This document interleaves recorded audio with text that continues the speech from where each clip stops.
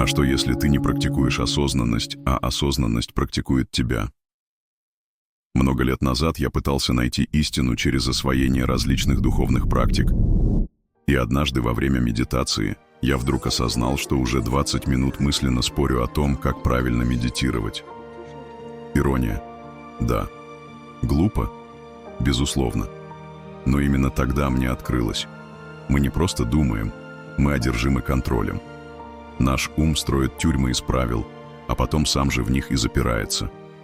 Но что, если хаос в голове, которого вы так пытаетесь избежать, не враг, а лучший друг и учитель? Что, если ваше эго, которое вы так старались уничтожить, на самом деле тайный союзник? Это не эзотерика. Это инструкция по взлому собственного сознания. Готовы перестать быть узником и стать океаном?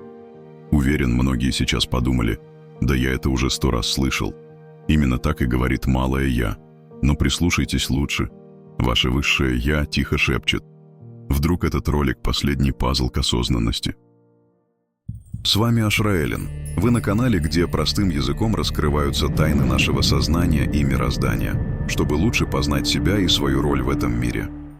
Я уже много раз рассказывал о практике присутствия, но сегодня я хочу раскрыть ее изнутри, дабы показать ее суть. В отличие от обычных медитаций, где мы, как уставшие путники, стараемся отдохнуть от своих мыслей и предаемся релаксации, эта практика, наоборот, заставляет нас пробудиться. Представьте, вы сидите на берегу реки, уставившись на один единственный камень в воде. Вокруг шум листвы, пение птиц, солнечные зайчики на волнах. Но вам нельзя на это отвлекаться. Вы должны смотреть только на камень. Дыши ровно, следи за каждым вдохом, не думай ни о чем постороннем. Шепчет внутренний надзиратель. Так выглядит классическая медитация с фокусом. При этом человек все так же остается под контролем своего же малого сознания, указывая себе, на что смотреть и чему уделять внимание. Вы не улетаете в космос осознанности, вы просто переключаете канал с ток-шоу проблем на тихую передачу о дыхании. Но экран-то остается прежним. В такой практике вы по-прежнему в клетке, только теперь тюремщиком стали вы сами. Смотри сюда, не отвлекайся, дыши глубже, командует малое «я», как строгий учитель первоклашки. Вы контролируете каждый шаг, словно робот, запрограммированный на правильную медитацию. Это похоже на попытку расслабиться, сидя в позе смирно.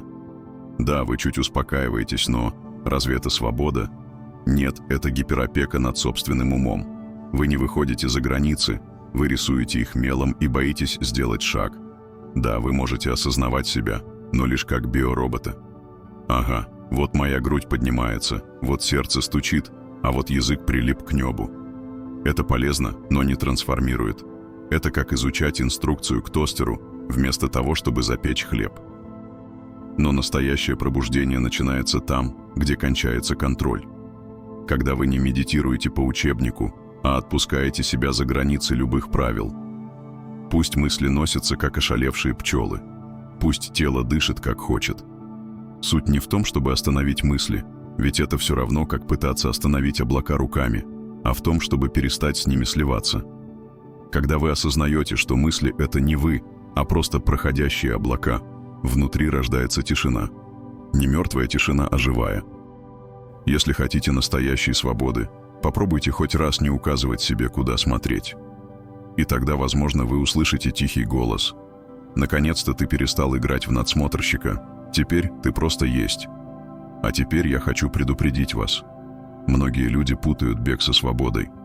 Однажды мой знакомый начал фразу с таких слов: «Я буду свободен, когда…» Дальше можно не продолжать, ибо это не свобода, а отсрочка. Это как птица, которая думает: «Я взлечу, когда клетка исчезнет», не замечая, что дверца давно открыта. Свобода там, где нет условий, никаких, даже самых незначительных. Можно ли освободиться от всего? Да, но не так, как думает ум. Не уничтожить страхи и желания, а перестать верить, что они ваши. Не забыть совесть, а увидеть, что она — голос системы, а не духа. Вы — небо. Страхи и желания — облака. Свобода не в отсутствии туч, а в понимании, что они не определяют небо. Хотите протестировать себя на степень вашей свободы? Спросите себя, что останется от меня, если забрать деньги, статус, дом, семью, тело? Кто я без всего этого? Если ответ «ничего» или «не знаю», значит вы не свободны, ибо вы отождествились с тем, что не является вами по сути, с иными людьми, с материальными достижениями, с телом. А теперь попробуйте развязать узлы и выявить условия, которые удерживают вас в ментальных клетках. Возьмите лист бумаги и напишите «Я буду свободен, если…». После сожгите список со словами «Это не я» и примерьте на себя потерю. Закройте глаза и представьте, что у вас нет денег, имени, прошлого, будущего. Спросите «Кто я сейчас?». Попробуйте отыскать то, что нельзя потерять, то, что остается, когда все отнято, и есть вы настоящий. Задумайтесь, что вам мешает принять себя настоящим. Зачастую людей пугает страх пустоты, им страшно осознать, что они — это ничто. Но этот страх возникает из-за того, что они забыли, что ничто — это есть все. Другим мешает привычка к ярлыкам, например. «Я добрый, успешный, грешный, любимый, умный». Люди привыкли казаться кем-то в глазах общества, но человек — не список качеств. Истинная свобода — это не возможность делать что угодно, а понимание, что вы не тело, которое боится. Вы не ум, который хочет. Вы не роль, которая должна. Вы тот, кто видит игру, но не играет в нее. Заметьте, деньги, желания, страхи, стремления, правила, совесть — это неплохо, это не враги. Ваш враг — это вера, что они ваша суть. Освободитесь, и они станут просто погодой в вашем небе. Страшно? Страшно потерять того, кого всегда считали собой. Страшно превратиться в хаос. Но и хаос не враг, это основа, из которой рождается мир, ибо смерть старого есть начало нового. Представьте, что ваше сознание — это старый город с узкими улочками, где каждый дом — убеждение, гласящее «я должен», так правильно, где каждый фонарь — страх, шепчущий на ухо. А что подумают? Чтобы построить город света, нужно сжечь карты, перестать цепляться за знакомые маршруты, разрушить стены, отпустить все правила, даже духовные, стать ветром, то есть перестать бояться потерять форму. Вы — скульптор, который должен разбить статую, чтобы увидеть в глине что-то большее. Но почему нельзя просто залатать, подрихтовать, чуть-чуть измениться, чтобы увидеть свет? Потому что если в стакан молока, олицетворяющий текущее «я», добавить воду, как новые идеи, получится мутная смесь. Необходимо вылить все старое, стать пустым сосудом, тогда новое придет не смешанным, а чистым откровением. Ну что, готовы устроить бунт против самого себя? Самых смелых приглашаю встать перед зеркалом. Ваше отражение — это судья, который годами шепчет: «Так нельзя, это стыдно, ты выглядишь глупо». Ваша задача сегодня — рассмеяться ему в лицо. Лепите свое лицо как пластилин, будто впервые оно не маска, а живая глина. Высовывайте язык тому, кто говорил вам «будь серьезным». Гримасничайте, пока не поймете, что стыд — это тоже иллюзия. Что если нормальное лицо — это и есть маска, а гримасы — настоящие вы? Вы знаете, что танец без правил — это язык души. Отключите музыку. Закройте глаза. Пусть ваше тело ломает все каноны, как будто оно только что родилось и еще не знает, что так не танцуют. Тряситесь, как будто стряхиваете с себя всех этих вас, офисного, приличного, духовного. Падайте на пол и катайтесь. Это ваш ритуал очищения от важности. Что страшнее, выглядеть дураком наедине с собой или прожить жизнь, так и не узнав, каково это — быть свободным? А теперь попробуйте спеть. Пение без цензуры — это и есть голос подсознания. Дети поют глупости, и они счастливы. Взрослые учат гимны и боятся фальшивить. Кто из них свободнее? Включите диктофон. Выкрикивайте бессвязные слова. А-ля-ля, дождь в голове, я, трамвай, нет остановки. Рвите шаблоны. Если хочется орать, орите. Если хочется шептать, шепчите. Главное — не думать. Пусть звуки льются, как вода из прорванной дамбы. Когда прослушаете запись, обратите внимание на то, что вас смутило больше всего. Это и есть ваши самые крепкие цепи. Были ли в потоке осмысленные фразы? Образы, которые заставили вас задуматься? Это подсознание прорвалось сквозь цензуру ума.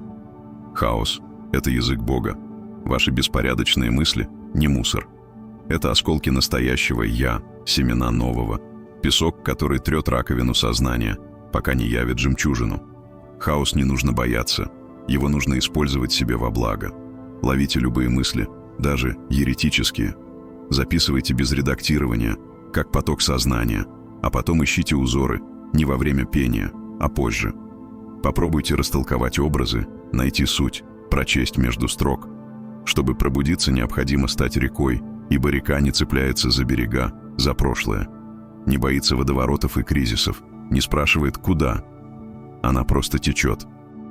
Ваша задача просто наблюдать, как ваши мысли несутся, как осенние листья. Не забывать, что вы не листья, а тот, кто видит их полет. Станьте безумцем. 5 минут разрешите себе думать что угодно. А если я Бог? А если мир — это сон? А если смерть — это обман? Не останавливайте бред. Ловите новое. После хаоса придет тишина. В ней первые ростки настоящего вас. Что дают эти упражнения? Во-первых, вы взламываете образ себя, того, кто должен быть правильным.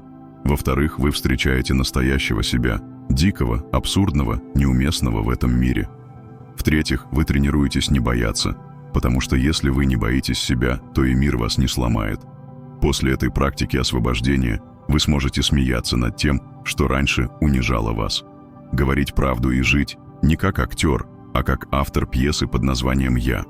Но предупреждаю, это не путь для тех, кто хочет улучшить старое «Я». Это путь для готовых умереть, чтобы родиться.